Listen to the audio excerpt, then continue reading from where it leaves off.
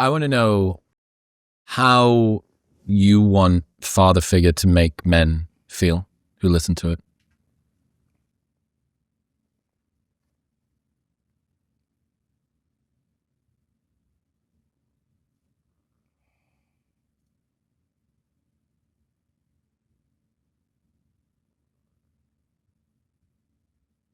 Um,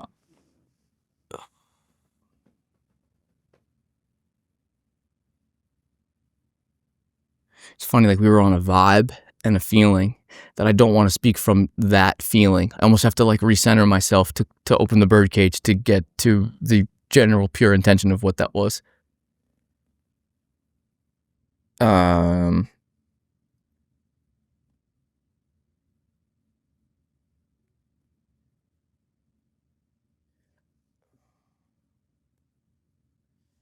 If I could soothe the guy who has lost sight of the fact that fathers are important and your role in your children's life is more important in the lineage of your family from 1,000 years back to 1,000 years in the future. Your job as a father will do more than anything you could ever do in this physical world. It will echo and reverberate further than you ever could because you're downloading and imprinting into something that came from you.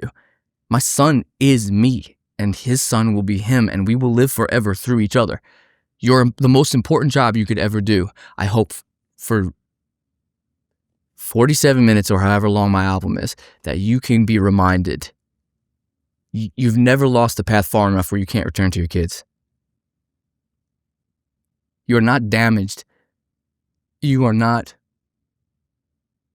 damaged so badly that you can't return to your children because your children need you, whether you like that fact or not. So if I could put a little espresso in your cup in the morning to go and be whatever that figure is, which is different for all men and whatever, but somewhere along the way we threw the baby out with the bathwater. And I don't know what I mean by that. I just mean culturally. Somewhere along we've lost the thread of fathers. There's a thread that is like, I cannot put my finger on it artistically. It just, no. It's important, man. Keep going. Clock in. Don't have that drink. Don't pick up the pill bottle. The child needs you, and your role is important. Just because you're not on the radio or you're not making hits singing, no.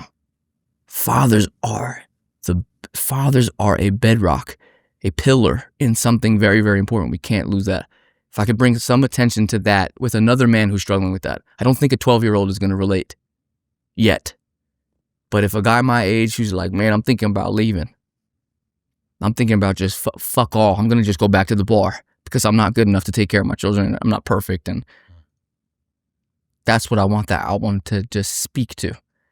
I don't know how the ending finish line will be, but if you could just pop that on, and even if one day it prevents you from choosing something that's not going to feed you for the rest of your life, that's what I genuinely at the bottom of my heart hope that the album speaks to. And I wanted to make the music and the cut so Balmain that it made you proud to listen to. Because there's a difference between an after-school special and Goodfellas.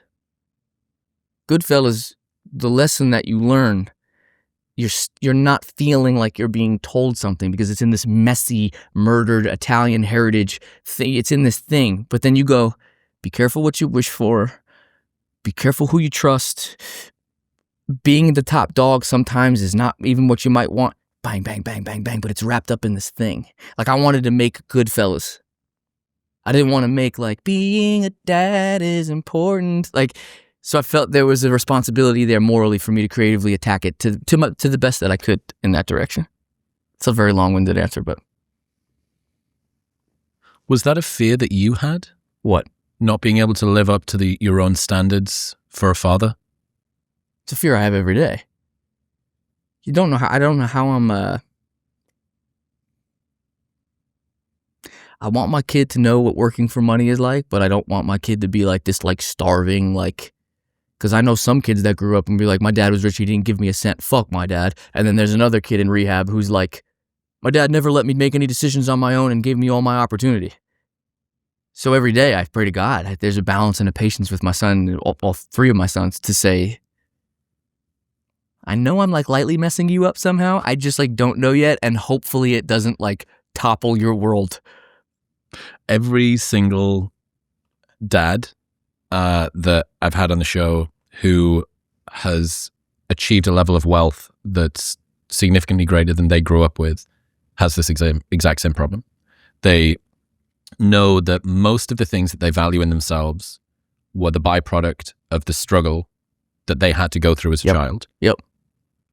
And they think, I don't want to rob my child of the opportunity to learn those lessons for themselves because I know how important those lessons were for me. Yes. Yeah. And at the same time, what the fuck was the point of working so hard if I'm not going to give them the opportunities that I didn't get? It's like the term Nepo baby. People be like, oh, like you're a Nepo baby. It's like, but when a man like comes from nothing and makes something of himself, the second he makes something of himself, you become... It's like they exalt you to the want you to chase after your dreams, but then when you get your dreams and you have kids, that kid's just the product of a man who reached his dreams. It's like, bitch, you told me to chase them. Now I'm in trouble for the fact that that's like Nepo baby to me. Like I hear that term being thrown around with like kids who have parents who are in the industry and this, that, and the third. It's like, what'd you want their parents to do? And if you are a Nepo baby, what do? You fucking wear a dunce cap and sit in your closet every night and just be like, I'm too privileged to like have an opinion or make art. Like, what are you supposed to do? Yeah. I don't know. Interesting. You know, Fred again. Yeah. You know, he, I think, comes from at least a little bit of wealth. I have no idea. I didn't know that. I found that out this week. I think family comes from at least some degree of what people would call privilege, I think.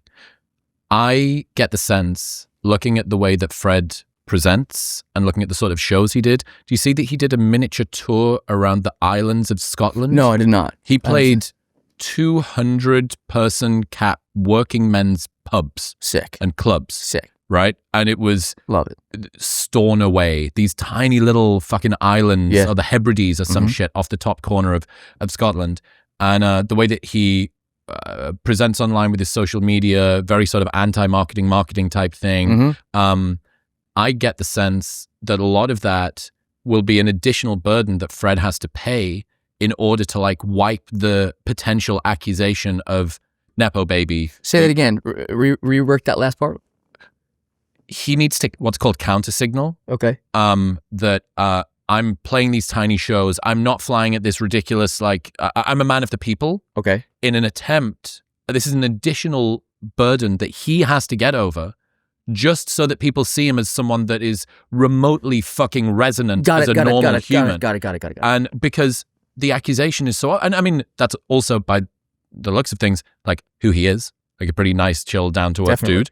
Definitely. And the way that he wants to live and all the rest of the things as well. But there has to be in the back of your mind this weird scenario where you go, the privileges that I was afforded are a burden that I have to get over as well. Absolutely. I have to work harder or counter signal in this weird way or a downplay. That's, I would say the last 2 years have really started. I feel like he's on an ascension and his moment is like happening and it's all this stuff. So he's going to figure that he seems like a very brilliant, bright guy. So I'm sure I wish him the best of luck on that journey because you're right. That is something that you have to deal with in the public eye. It's like, it's so fake that it's not fake, that I'm making fun of it for being fake. And by the way, go buy my album. It's like we're all on that. But I recognize there's another thing where it's just like something, or at least I'm trying to work on creatively, is just I am not apologetic for any space I'm in anymore. It's a waste of time. It's a creative waste of time. I can't. I have to believe I belong in a space in order for something to be believable. So for me to posture my whole life about making sure I'm accepted in the space creatively, again, as I talk within the music stancer, I have a much more direct whatever. It's just like a waste to posture. We'll get back to talking in just a minute, but first, some things are built for summer. Sunburns, hot girl walks, your ex posting their Euro road trip, and now, lemonade and salt. Element just dropped their brand new lemonade salt flavor, and it's everything that you want on a hot day. Tart, salty, and stupidly refreshing. It's like a grown-up lemonade stand in a stick. with actual function behind the flavor. Because, let's be real, if you're sweating through workouts, sauna sessions, or just walking to your car in July, then you are losing more than just water. Element replaces the electrolytes that your body actually needs. Sodium, potassium, and magnesium with no sugar, no junk, and no nonsense. I've been drinking it every single day for years, and in the Texas heat, this lemonade flavor in a cold glass of water is unbelievably good. Best of all, they've got a no questions asked refund policy with an unlimited duration, so you can buy it and try it for as long as you want, and if you don't like it for any reason, they'll give you your money back, and you don't even need to return the box. That's how confident they are that you'll love it. Plus, they offer free shipping in the US. Right now, you can get a free sample pack of Element's most popular flavors with your first purchase by going to the link in the description below or heading to drinklmnt.com/modernwisdom. That's drinklmnt.com/modernwisdom. Thank you very much for tuning in. Ooh, a tasty morsel of a clip there for you. Well, the full episode is available right here. Go on. That's it.